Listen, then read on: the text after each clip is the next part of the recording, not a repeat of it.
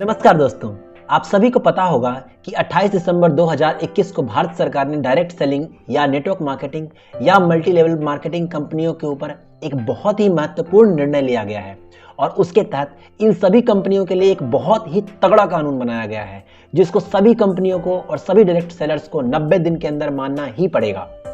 जब से यह न्यूज़ सर्कुलेट हो रहा है तब से सभी कंपनी के डायरेक्टर्स और जो डायरेक्ट सेलर्स हैं वे सभी चिंतित हो गए हैं कि अब क्या करें और मेरा क्या होगा। पर इनमें से बहुत सारे लोग ऐसे भी हैं जिनको अभी तक यह क्लियर नहीं हो पाया है कि वास्तव में यह कानून है क्या और इस कानून के तहत होने क्या वाला है, क्योंकि सभी लोग इस न्यूज़ को अपने अपने तरीके से और अपने अपने स्तर से एक्सप्लेन कर रहे हैं और बता रहे हैं, जिसको सुनकर सभी लोगों के अंदर एक बहुत बड़ा कंफ्यूजन क्रिएट हो गया है। इसी बात को ध्यान में रखते हुए मैं आप सभी को यहाँ बताऊंगा कि वास्तव में यह न्यूज़ क्या है और यह न्यूज़ सभी डायरेक्ट सेलिंग कंपनियों के लिए और सभी डायरेक्ट सेलर्स के लिए क्यों जरूरी है। तो दोस्तों, सबसे पहले हम बात करते हैं कि क्या सच में 2022 से सभी नेटवर्क मार्केटिंग या डायरेक्ट सेलिंग कंपनियां बंद हो जाएगी। तो इसका जवाब है ऐसा बिल्कुल नहीं होगा और अभी भी कोई भी डायरेक्ट सेलिंग या फिर नेटवर्क मार्केटिंग कंपनी बंद नहीं हुई है। जो भी डायरेक्ट सेलिंग या नेटवर्क मार्केटिंग कंपनियां सरकार के नियम के हिसाब से काम कर रही है, यानी कि जो लीगल कंपनियां हैं, वे सभी कंपनियां अच्छी कंपनियां हैं।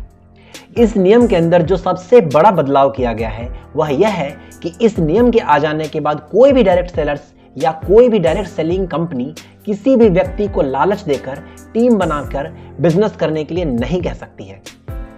मतलब कहने का यह है कि आज से पहले हम जिस भी नेटवर्क मार्केटिंग या डायरेक्ट सेलिंग कंपनी के अंदर काम करते थे, वह काम हमारे माध्यम से टीम बनाना और फिर टीम के माध्यम से सेल्स करवाना होता था, लेकिन अब ऐसा बिल्कुल नहीं होगा। इस नियम के आ जाने के बाद से आप किसी भी डायरेक्ट सेलिंग कंपनी में हैं तो आप सभी वहां पर टीम बनाकर काम नहीं कर सकते हैं। यहाँ पर आपके मन में एक सवाल आ सकता है कि जब हम यहाँ पर टीम बनाकर काम नहीं कर सकते हैं तो आखिर काम करेंगे कैसे।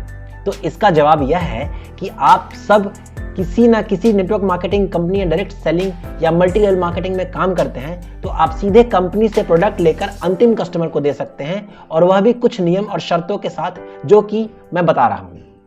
जब आप कभी किसी व्यक्ति कंज्यूमर को आप प्रोडक्ट सेल करेंगे तो आप वहां पर डायरेक्ट प्रोडक्ट ही सेल करेंगे। इसके अलावा आप किसी भी तरीके का कोई बिजनेस अपॉर्चुनिटी या कोई स्कीम नहीं बताएंगे। यदि आप ऐसा करते हैं तो वह इस नियम के खिलाफ है, यानी कि गैर कानूनी है।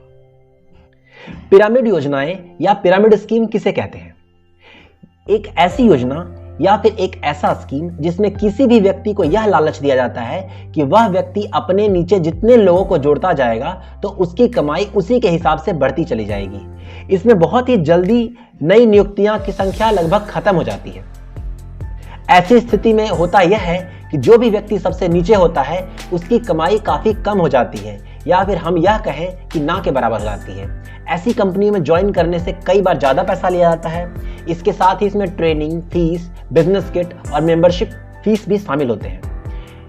पिरामिड को अच्छे तरीके से समझने के लिए आप ये देख सकते हैं कि किस तरह से पिरामिड स्कीम काम करता है। डायरेक्ट सेलिंग के इस नए नियम के अनुसार किसी भी डायरेक्ट सेलर या को किसी नए ग्राहक के जाने से पहले उसकी पूर्व अनुमति लेनी पड़ेगी। बिना पहचान पत्र या कोई भी डायरेक्ट सेलर किसी भी ग्राहक के पास नहीं जाएगा। विक्रेता अपने ग्राहक से कोई ऐसा वादा नहीं करेगा जो उसकी कंपनी पूरी नहीं कर पाए। विक्रेता को डायरेक्ट सेलिंग कंपनी से किसी भी तरीके का कोई सामान, सेवा की बिक्री का लिखित कॉन्ट्रैक्ट करना पड़ेगा। विक्रेता अपने ग्राहक को डायरेक्ट सेलिंग कंपनी का नाम और पता बताएगा। विक्रेता अपने ग्राहक को बिक्री, भुगतान, रिफंड और उपयोग की शर्तों के बारे में विस्तार से बताएगा। जो भी डायरेक्ट सेलर है वो यह सुनिश्चित करेगा कि ग्राहक को सही और वास्तविक सामान मिले। विक्रेता अपने ग्राहक की निजी सूचना को कहीं भी अन्यत्र जाहिर नहीं करेगा। इसके साथ ही आप सभी डायरेक्ट सेलिंग के गाइडलाइंस के बारे में भी पता कर सकते हैं। यदि कोई कंपनी किसी भी तरीके से त्रुटि करती है तो उसको दंडित किया जाएगा, और हर डायरेक्ट सेलिंग कंपनी के ऊपर राज्य सरकार भी नजर रखेगी, क्योंकि इसकी देखरेख की पूरी जिम्मेदारी राज्य सरकार को भी दिया गया है।